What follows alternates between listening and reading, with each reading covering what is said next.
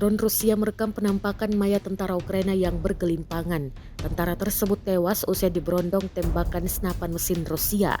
Rekamannya beredar di Telegram pada Kamis 26 September 2024. Dalam keterangan unggahan disebutkan, intelijen Angkatan Darat ke-36 Rusia sedang bekerja. Para pengintai Rusia dapat secara diam-diam memasuki posisi tentara Ukraina lalu menempati parit kosongnya dengan senapan mesin. Kemudian, mereka menggunakan parit kosong tersebut untuk menghancurkan sekelompok tentara Ukraina dan menembak hampir dari jarak dekat. Dilaporkan bahwa 4 prajurit angkatan bersenjata Ukraina tewas di tempat, 2 lainnya terluka dan mampu mundur namun kemudian disusul serangan selanjutnya.